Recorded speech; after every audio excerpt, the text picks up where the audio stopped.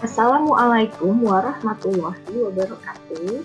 Perkenalkan, nama saya Ramona Dia Fitri, dosen tetap Program Studi Fisika Fakultas Sains dan Teknologi Universitas Budi Dharma Tangerang. Background pendidikan saya S1 di Universitas Negeri Yogyakarta, jurusan Fisika, kemudian S2 di Universitas 11 Maret, jurusan Ilmu Fisika. Saya mengampu mata kuliah dasar-dasar sains dan teknologi seperti kalkulus 1, kalkulus 2, fisika dasar, dan penghantar fisika komputasi. Berikut adalah tampilan LMS Universitas Budi Dharma untuk pembelajaran secara daring. Kemudian di sini saya tambahkan fitur link Zoom meeting, yaitu kemudian di sini saya tambahkan fitur link Zoom meeting untuk saya memaparkan materi dan berinteraksi dua arah dengan mahasiswa. Juga saya dapat menilai sikap dan keaktifan mahasiswa di dalam pembelajaran, sehingga mahasiswa langsung dapat mengklik atau join di Zoom meeting ini. Kemudian saya menambahkan fitur WhatsApp group bagi mahasiswa yang mengambil mata kuliah kalkulus 1, silakan join di grup WhatsApp ini. Selanjutnya saya menambahkan fitur RPS kalkulus 1. Fitur RPS rencana pembelajaran semester di kalkulus 1, agar mahasiswa dapat mengetahui materi-materi yang akan disampaikan atau dijelaskan selama satu semester. Sebelumnya pun di pertemuan pertama saya pun menjelaskan RPS ini kepada mahasiswa. Berikut adalah tampilan RPS-nya. RPS disiapkan oleh dosen koordinator, yaitu Ramona Dia Fitri. Kemudian diperiksa oleh Bapak Kaprodi Rino M.Com dan disetujui oleh Pak Dekan, Bapak Dekan Dr. Engineering Insinyur Amin Suyitno, Magister Engineering. Kemudian di bagian A ini terdapat identitas mata kuliah. Yang pertama, nama mata kuliah kalkulus 1, kemudian yang kedua kode mata kuliah S2 D1C3, yang ketiga beban studi 3 SKS, yang keempat semester 1.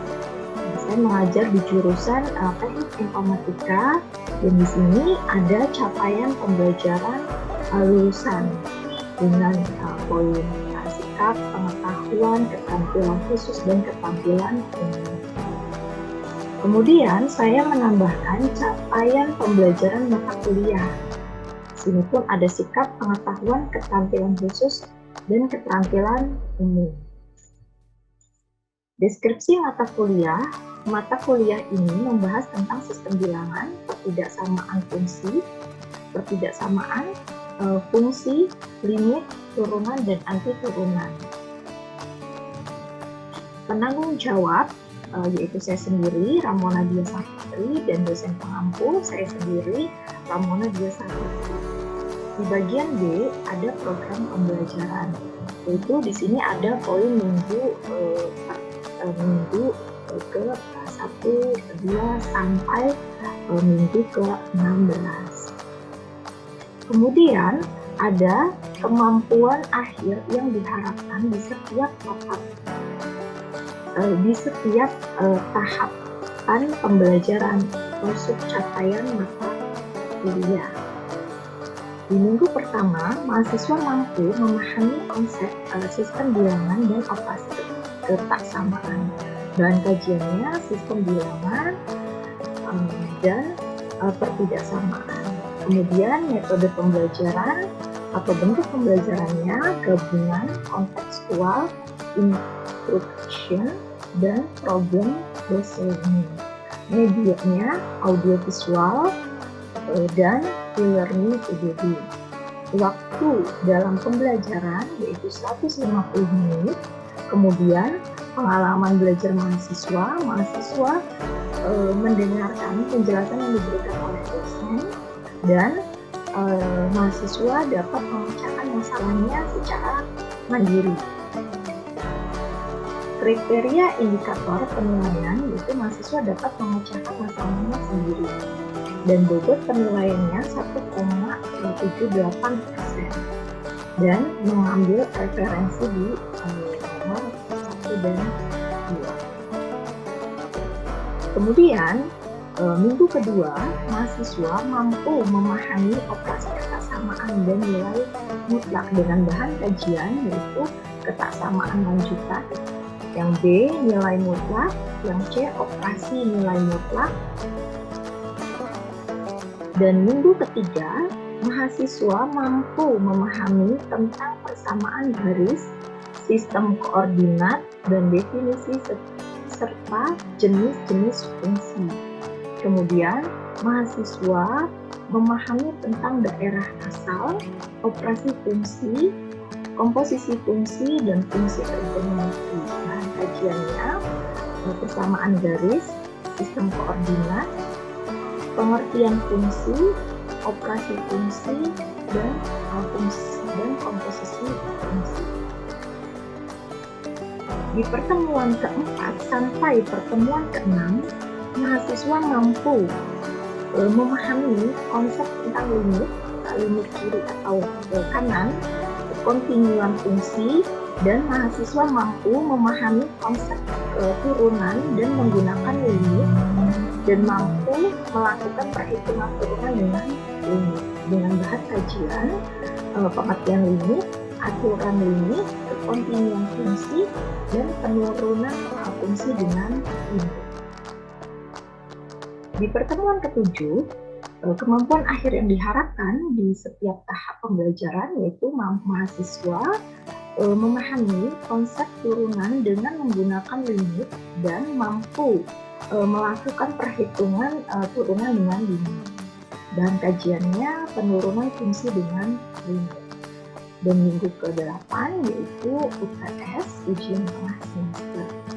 Kemudian di pertemuan ke-9 sampai 11, mahasiswa memahami aturan turunan fungsi trigonometri, eksponen, dan logaritma. Kemudian mahasiswa memahami konsep turunan infungsi. Bahan kajiannya turunan fungsi trigonometri, kemudian turunan fungsi eksponensial dan logaritma, yang C-nya turunan infungsi.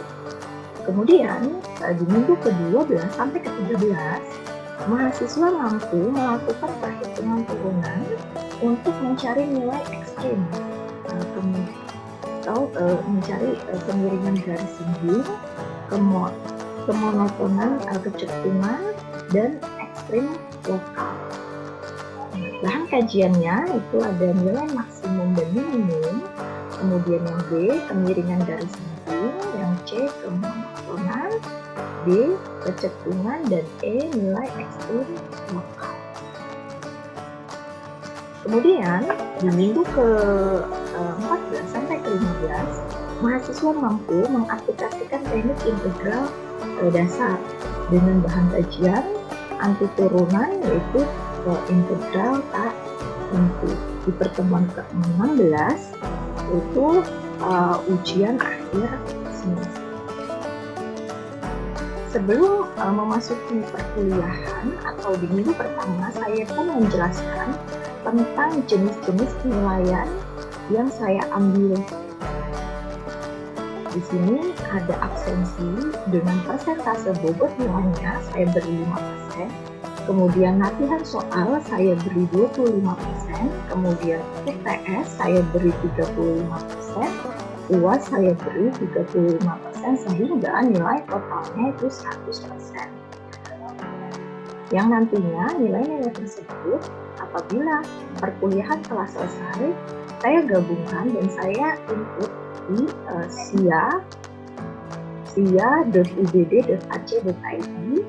untuk mengupload nilai-nilai mahasiswa. Dan saya pun memberi daftar referensi untuk mahasiswa.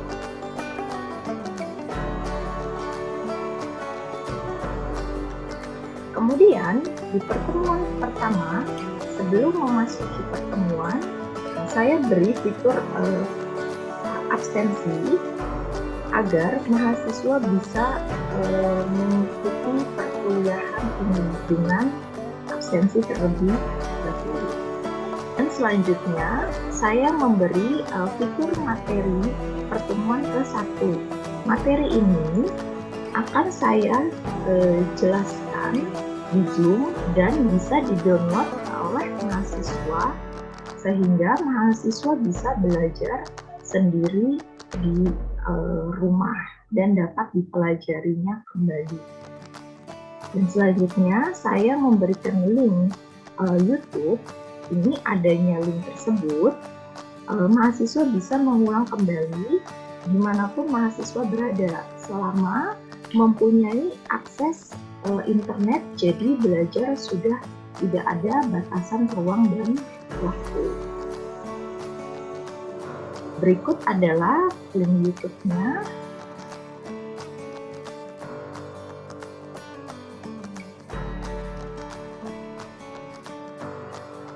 Kalkulus 1, pertemuan ke-1 yang sudah Selamat pagi, hari ini 800 kita belajar kalkulus 1.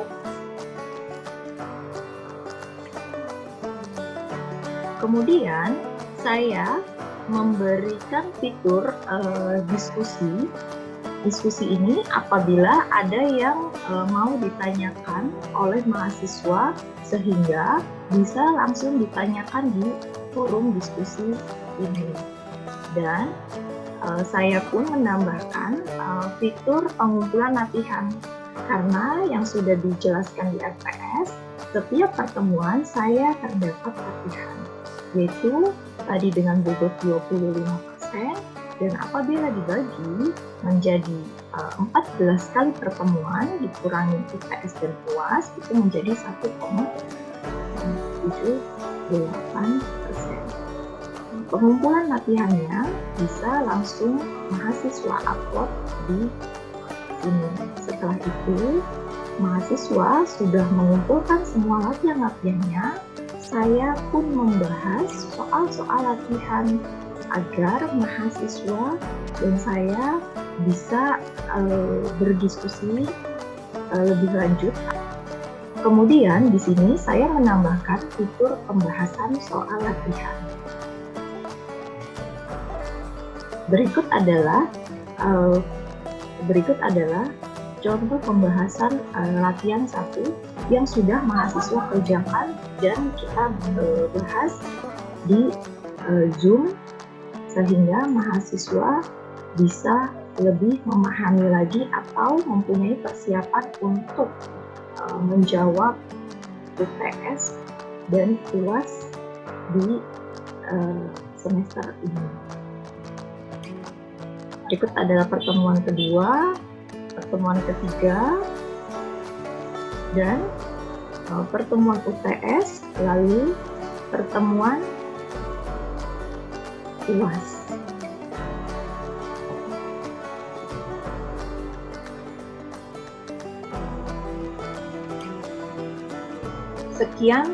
Sekian penjelasan dari saya terkait pengajaran dan pembelajaran daring di Fakultas Sains dan Teknologi Universitas Budi Dharma.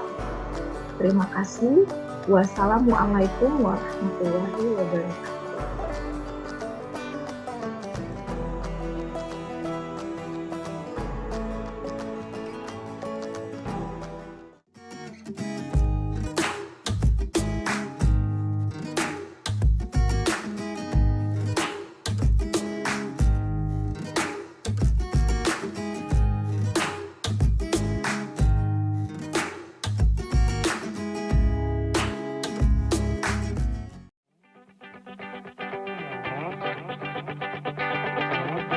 Kita mulai ya.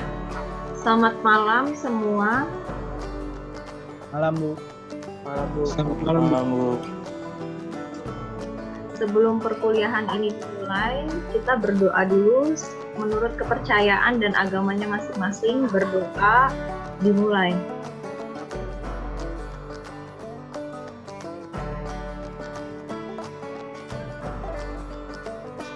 Selesai. Yang belum mengaktifkan kamera, segera mengaktifkan kamera ya. Dan saya ingatkan yang belum absen di e-learning, segera absen dulu di e-learning dan mendownload materi yang ada di e-learning untuk dipelajari. Oke, hari ini saya ngebahas tentang nilai mutlak, akar kuadrat, dan kuadrat seperti yang ada di RPS. Di pertemuan yang kedua, kalkulus 2 ngebahas tentang nilai mutlak, akar kuadrat, dan kuadrat. Sub CPMK ini capaian pembelajaran mata kuliah.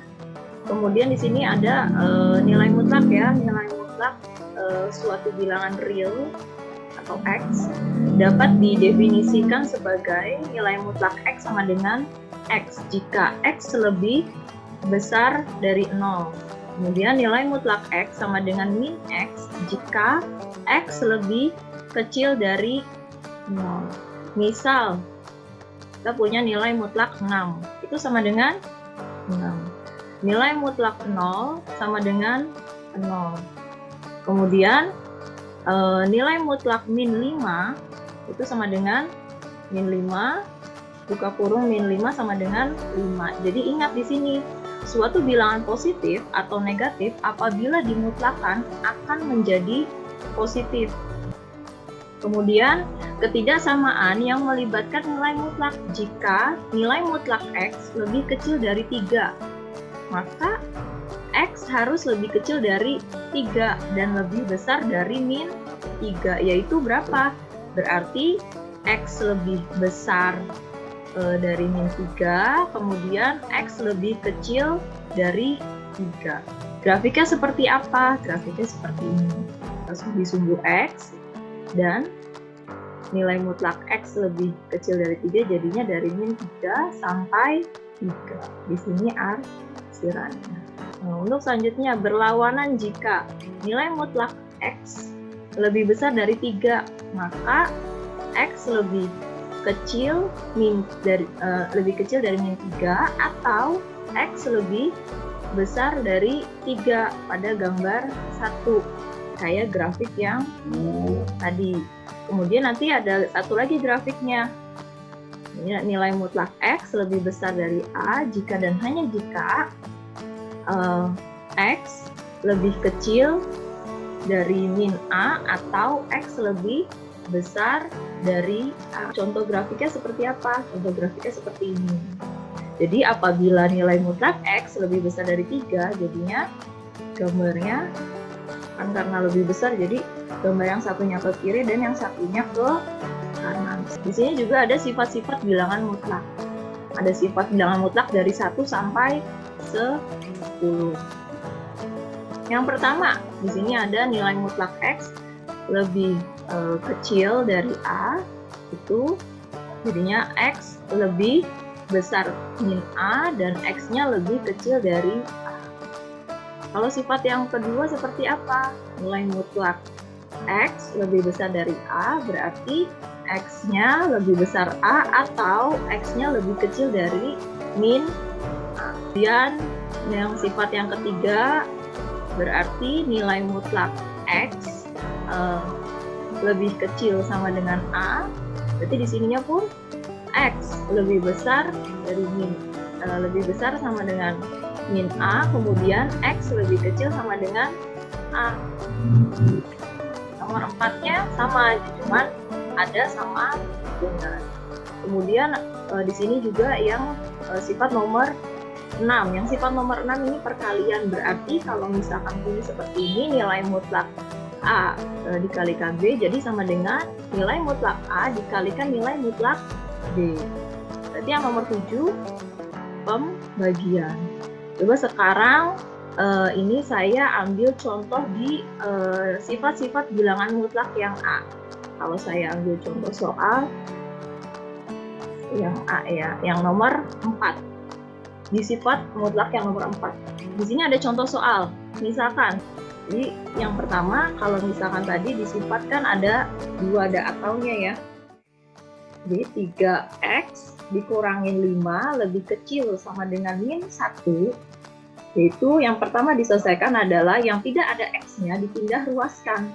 Berarti di sini ada min 5 pindah ruas jadinya plus 5. Kemudian jadi x-nya lebih kecil sama dengan 4/3. Nah, yang satu laginya atau 3x dikurangin 5 lebih besar sama dengan 1. Yang tidak ada x-nya itu dipindah ruaskan. Berarti kan 5-nya pindah ruas. Yang tadinya minus jadinya plus. Kemudian 3x lebih besar sama dengan 6. X-nya lebih besar sama dengan 2 karena 6 dibagi 3 sisanya 2. Nah, kalau seperti ini gambar grafiknya seperti apa? Seperti ini.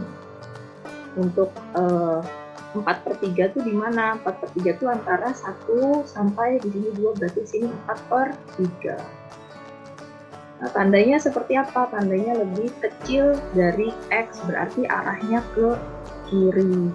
Berarti kalau arahnya ke kiri berarti sama dengan jadinya tahingga di sini dari min tahingga sampai 4/3. Nah, ini adalah gabungan 2 selang. Ini gabungan 2 selang, kemudian yang satunya 2. X lebih besar dari 2, berarti tandanya ke kanan. Jadinya arsirannya ke kanan, jadi sampai seterusnya jadinya plus tahingga. Kemudian untuk yang nomor 2, berarti kalau seperti ini coba lihat di sifat-sifat mutlak. Di sifat mutlak nomor berapa? Kemudian sudah lihat di sifat mutlak, baru yang di sini kan ada 1,5. 1,5-nya dipindah juga ke kiri. Ya. Ke kiri jadi min 1,5 ini ya x dikurangin 4 lebih besar dari min 1,5 dan x dikurangin 4 lebih kecil dari 1,5. Kemudian yang tidak ada x-nya dipindahkan. Berarti yang tadinya minus jadinya plus 4. Yang tidak ada x-nya dipindahkan juga ke kanan. Berarti yang tadinya minus jadinya plus. Sehingga hasilnya di sini x-nya lebih besar 2,5 dan x-nya lebih kecil dari 5,5. Kalau seperti ini gambar grafiknya seperti apa? Gambar grafiknya yaitu di rentang atau selang x, ini selang x, jadinya di 2,5 dan 5,5. Contoh lagi, kalau seperti ini, 5-nya dipindahkan. Berarti kan yang tadinya pembagian jadi perkalian, jadinya 5 dikali nilai mutlak x dikurangin 2 lebih kecil dari x. Perkalian biasa ya, 5 dikalikan x jadinya 5x. 5 dikalikan 2 jadinya 10. Berarti nilai mutlak 5x dikurangin 10 lebih kecil dari x. So, pembahasan tentang akar kuadrat. Jadi setiap bilangan positif mempunyai 2 akar kuadrat. Misal, yang pertama 2 akar kuadrat dari 9 adalah min 3 dan 3. Kemudian yang kedua 2 akar kuadrat dari 100 adalah min 10 dan 10. Seperti ini. Akar kuadrat utama. Pertama, tadi contohnya akar dari 9 itu sama dengan 3. Yang kedua, akar dari min 10 kuadrat. Berarti kan ini sama dengan 10 dikalikan 10. Ya, jadinya akar dari sama dengan 100. Jadi akar dari 100 sama dengan 10. Ingat, akar dari x kuadrat sama dengan nilai mutlak x. Ax kuadrat ditambah bx ditambah c itu sama dengan 0. Ada x1 dan x2. Dengan rumusnya min b plus minus akar B kuadrat dikurangin 4AC dibagi 2A. Jadi nanti yang diselesaikan itu apakah misalkan X1-nya plus. Berarti nanti yang keduanya X2-nya jadinya minus. Misalkan contoh soal di sini jawabannya seperti apa? Yang tadi menggunakan rumus yang tadi. Yang dimisalkan berarti yang A-nya mana? Yang A-nya ini ya. A, kemudian B, kemudian C. Ya. Berarti menggunakan rumus yang minus dulu yang dipakai. Kan rumusnya min B dikurangin akar B kuadrat dikurangin 4AC. Berarti A-nya, yang berarti yang B-nya ya. Yang B-nya kan di sini 2. 2-nya ada minusnya. B-nya berarti di sini minus 2. Karena di sini rumusnya ada min-nya, tambahkan min. Dikurangin akar B kuadratnya min 2 kuadrat dikurangin 4, A-nya tadi berapa? A-nya itu 1. Karena X ini nilainya 1. Dikalikan C-nya 4. Karena di sini minus, jadinya di sini tulis min 4. Nah, di sini udah paham ya. Kemudian pernya kan 2 kali A. 2 dikalikan 1. Nah, ini dijumlahkan. Diselesaikan berarti min kali min jadinya plus 2 dikurangin akar 4 plus 16 dibagi 2. Itu ya. Kemudian X1-nya jadinya sama dengan 2 akar dari 4 ditambah 16 itu jadi akar 20 dibagi 2. Jadi di sini 1 dikurangin akar 20 dibagi akar 4. Kenapa akar 4? Ini kan akar 4 hasilnya 2. Jadi sama aja. Ini namanya manipulasi matematika. Jadi di sini juga sama aja 2. Ya, akar 4 kan 2. Kemudian jadi hasilnya berapa? X1-nya sama dengan 1 dikurangin akar 5. Jadi lebih disederhanakan lagi. Jadi X1-nya sama dengan min 1,2. Ini misalkan Bu, saya cukup sampai sini aja karena saya nggak punya kalkulator juga Bu. Nah, kemudian X1 kan sudah minus, berarti yang belum diselesaikan yaitu X yang 2.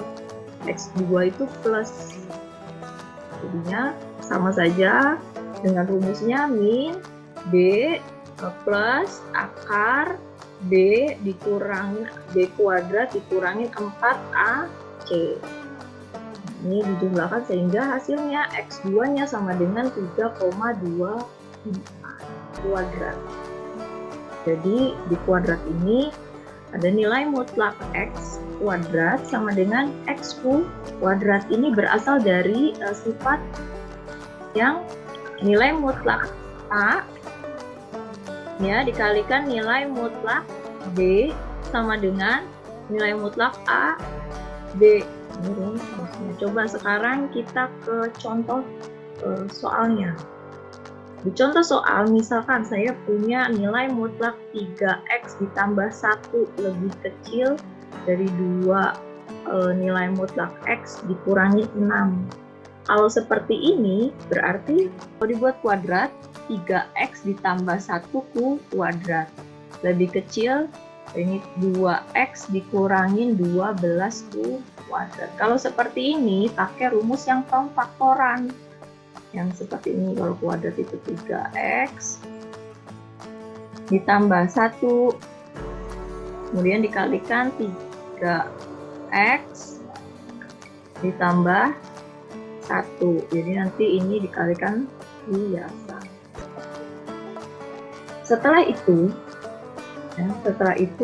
kita gabungkan yang ada x kuadratnya digabungkan dengan yang ada x kuadratnya, berarti kan ini 9.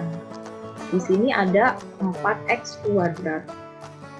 Apabila pindah ruas, pindah ke sini, pindah ruas ya, berarti kan yang tadinya positif jadi negatif, jadi 9 dikurangin ini 4 jadinya 5 gitu ya. Kemudian di sini ada 6x. Nah, di sebelah kanannya itu ada min 48x. Apabila pindah ruas, berarti yang tadinya minus itu jadinya plus, jadinya 6 dikurangin jadi kan yang tadinya minus jadinya plus, jadinya plus 48, jadi ditambah ya, 6 ditambah 48 jadinya 54x. Selanjutnya ditambah di sini ada plus 1, kemudian di kanan ada plus 144, karena nanti akan pindah ruas jadinya minus. Jadi 1 dikurangin 144 jadinya minus 143, lebih kecil dari 0. Gitu. Nah, setelah itu hasil yang ini dibikin pemfaktoran sehingga hasilnya 5x dikurangin 11 dikalikan x ditambah 13 lebih kecil dari 0. Ya. Kemudian kita cari titik-titik pemecah untuk ketidaksamaan di atas. Titik pemecahnya berarti kalau seperti ini 5x, masukkan persamaan yang 5x dikurangin 11 sama dengan 0, berarti 5x sama dengan 11. Untuk mencari x-nya jadi sama dengan 11 per 5. Yang satunya berarti x ditambah 13 sama x ditambah 13 sama dengan 0. X-nya 13-nya pindah ruas jadinya min 3. Nah, sekarang kita bagi titik-titik ini menjadi garis real atau menjadi 3 selang. Tadi kan sudah diketahui dari min 13 kemudian dan 11 per 5. Ini di titik di selangnya. Kemudian dibagi menjadi 3 selang. Jadi 3 selang. Kalau min 13 ke kiri seterusnya kan sampai tahingga kan di sebelahnya ada min 14 sampai tahingga. Berarti di sini min tahingga min 13. Kemudian yang keduanya dari min 13 sampai 11 per 5. Kemudian yang satu laginya dari 11 per 5 sampai plus tahingga. Sekarang coba kita uji dengan titik uji. Apabila kita masukkan, benar nggak sih yang ini kita membuat grafik seperti ini? Nah, apabila kita masukkan min 14, kenapa min 14? Karena yang mendekati dari min 13 yaitu min 14. Nah, coba kalau misalnya dimasukkan min 14, persamaannya pakai persamaan yang tadi di atas, yang ada x-nya diganti min 14. Kemudian 5 dikalikan min 14 dikurangin 11 dikalikan x-nya ini diganti min 14. Min 14 ditambah 13 lebih kecil dari 0. Kemudian dijumlahkan jadinya min 70 dikurangin 11, yang ini diselesaikan jadinya hasilnya min 1, ini lebih kecil dari 0. Kemudian ini diselesaikan ya, jadi min 70 dikurangi 11 kan jadi min 81 dikalikan min 1, jadi sama dengan min kali min plus 81.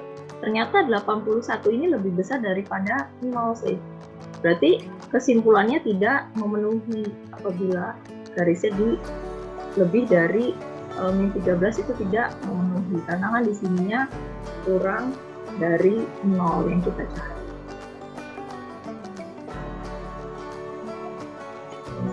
Selanjutnya coba kita pakai titik uji yang di 0. Itu kan range-nya antara 13 ya, min 13 sampai 11 per 5 itu kan ada kita pakai titik uji 0 tengah-tengah. Coba X-nya diganti 0. X-nya diganti 0 berarti sehingga dijumlahkan jadi min 143 lebih kecil dari 0. Oh, kalau misalkan min 143 ini lebih kecil dari 0, jadinya memenuhi. Ya. Sekarang kita masukin lagi uji titik di 3. Karena kan yang mendekati 11/5 itu ada 3. Coba kalau misalkan X-nya diganti 3. X-nya diganti 3, jadi sehingga hasilnya 64 lebih besar dari 0. Kalau lebih besar dari 0 berarti tidak memenuhi. Berarti range-nya yaitu yang di tengah-tengah, sehingga gambar grafiknya seperti ini. Ya, daerah yang sebelah sini berarti daerah yang memenuhi. Gitu. Karena kan yang tadi sebelah kanan tidak memenuhi dan sebelah kiri tidak memenuhi. Rangkumannya pada bab nilai mutlak akar kuadrat dan kuadrat, kita telah menguraikan rumus-rumus dan penerapannya dalam bentuk sederhana. Ini ada yang mau ditanyakan sebelum pelatihan?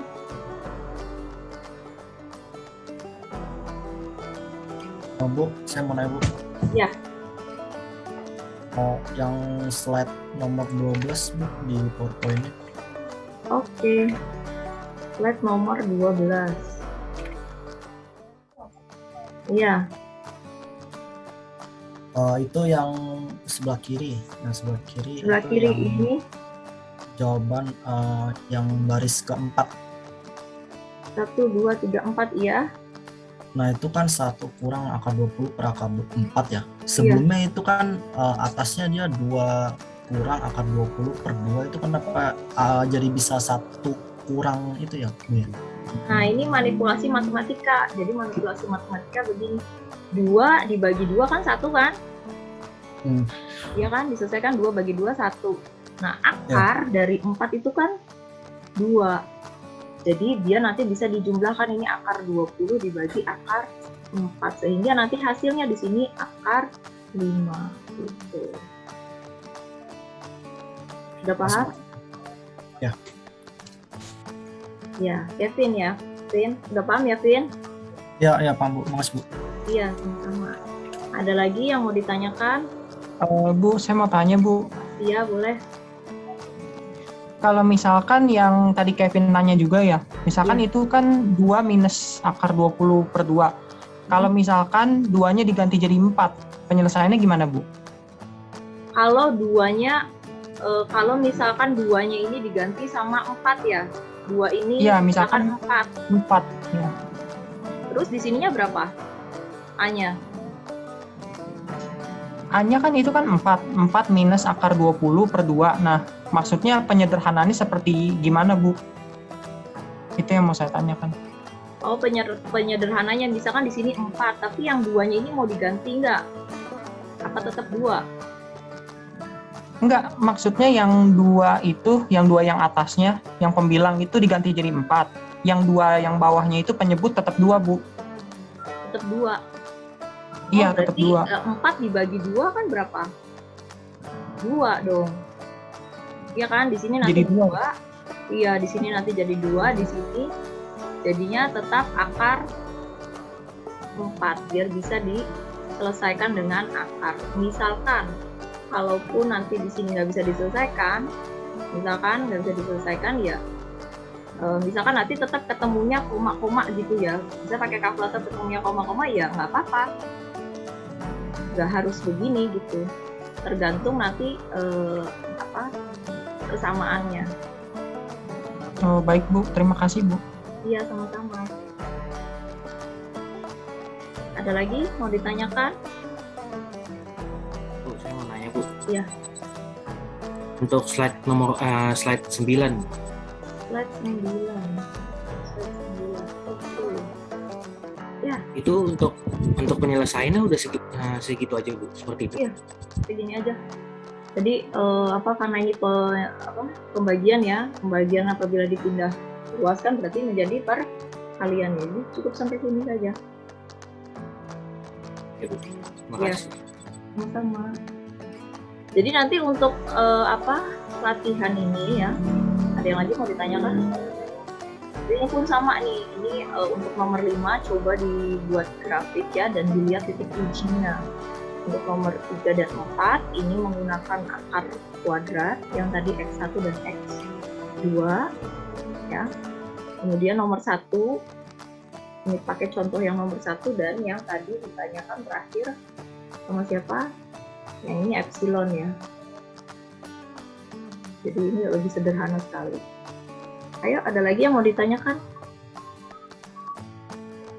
Bu, saya mau nanya, Bu. Ya. Yang slide 15, Bu. 15, ya. Yang slide 16, Bu, 16. Oh, 16. Ya. Itu yang uji titik 0 itu emang harus 0 apa boleh bebas, Bu? Di tengah-tengah itu. Iya, di tengah-tengah. Di tengah-tengah antara nanti hasil persamaan itu ya. Jadi kalau misalkan kita mau menguji benar nggak sih ini di titik yang ini grafiknya untuk diarsir, ya lalu kita cobain pakai titik uji ini. Berarti selain 0 bisa dong, Bu? Misalnya 1. Bisa? Oh, Bisa. ya, Bu. Nah, itu mah biar kita yakin aja untuk membuat grafik yang ini. Ini kan jadi nanti kan titik ujinya kan karena kan udah tahu nih sebenarnya kita grafiknya min 13 sama 11/5. Cobain ini meyakinkan nggak ya grafiknya, kita buatlah di sini untuk titik ujinya.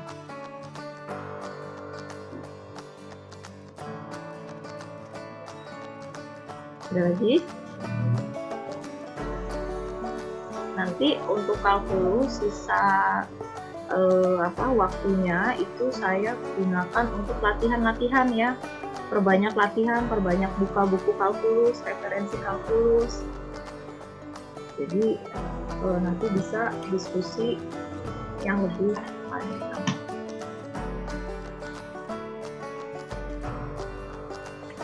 Udah absen ya di e-learning, karena nanti saya akan tarik data dari e-learning langsung ke SIA untuk kehadiran hari ini.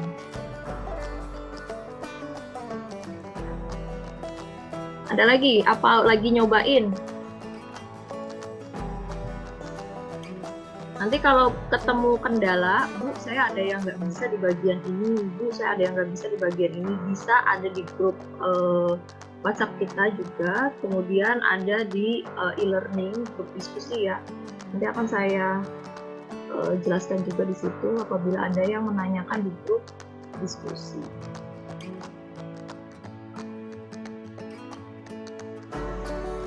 Udah, nggak ada yang ditanyakan. Apa ada yang mau ditanyakan?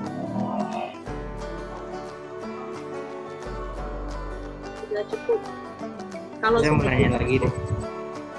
Siapa? Jose. Saya, Bu. Saya. Iya. Slide nomor berapa? Slide nomor berapa? 15, Bu. Nomor 15 ya. Itu yang tidak memenuhinya 81 lebih besar daripada 0, itu tandanya kebalik atau gimana ya, Bu? Iya, karena kan di sini kan 81 kan lebih besar daripada 0, benar nggak? Kalau misalkan lebih kecil daripada 0 berarti kan min 1, min 2, min 3. Nah, kalau lebih besar daripada 0 kan sampai tahap hingga itu kan 81, 20, 10 gitu ya. 30. Jadi tandanya pun kebalik. Ini lebih besar daripada 0 sehingga tidak memenuhi. Karena kan kita yang disoalkan mencarinya yang lebih kecil dari 0. Yang tadi lebih kecil dari 0 kan yang minus bawahnya. Gitu kan. Minus 43. Minus 43 itu apa? Lebih kecil daripada 0. Sehingga keterangannya itu memenuhi. Paham ya? Paham, Bu. Oke, ada yang lagi? Hari ini yang nggak masuk lumayan nih. Sekarang kalau nggak ada yang ditanyakan, aktifkan kameranya. Saya akan screenshot untuk bukti pelaporan bahwa hari ini kita sudah melaksanakan perkuliahan. Akan aktifkan kameranya terlebih dahulu. Bu, boleh nanya lagi nggak, Bu? Boleh. Bentar, saya screenshot dulu ya. Oke, boleh. Saya mau ngelanjutin pertanyaan yang sebelumnya tuh, Bu. Kan itu yang 81 lebih besar dari 0 itu kenapa tandanya bisa lebih besar gitu, Bu? Karena kan tanda di sebelumnya lebih kecil, Bu. Kan 81 kan lebih besar daripada 0. Iya kan? Kalau lebih kecil daripada 0, itu kan yang tadi, yang minus 43, 143. Jadi tandanya pun dibalik karena 81 itu lebih besar daripada 0. Salah dong kalau misalnya 81 lebih kecil daripada 0. Kan yang lebih kecil daripada 0 itu kalau lebih kecil itu minus. Dari misalkan kita punya selang X. Itu kan tengahnya misalkan 0.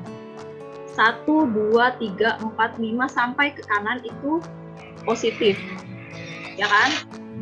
Kita punya selang 0. Terus dari min 1, min 2, min 3, 4 dan seterusnya itu negatif. Berarti kalau negatif tandanya tadi kan saya udah jelaskan kan yang di depan. Jadinya kalau yang Wirya tanyain berarti 81 lebih besar daripada 0 dong. Karena dia kan positif, bukan negatif. Itu ya Wirya. Paham ya? Oh enggak? Sebenarnya masih bingung, Bu. Mungkin nanti saya coba kerjain aja deh, Bu. Oke, mau dicoba dulu. Kalau masih bingung nanti gambar selang dulu deh. Coba. Ya, dicoba dulu Wirya.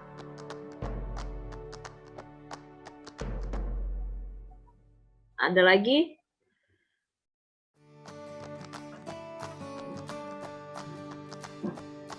Kalau tidak ada, hari ini, perkuliahan hari ini saya tutup. Sekian perkuliahan hari ini.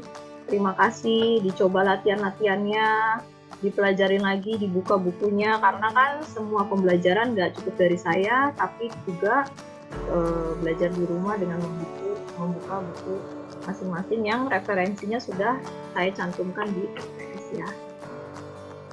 Selamat malam semuanya, tetap jaga kesehatan. Kita ketemu lagi minggu depan. Oke. Bu. Terima kasih, Bu. Malam, Bu. Terima kasih, Bu. Terima kasih, Bu. Terima kasih, Bu. Yang ini apa? Validasi Sabina ya.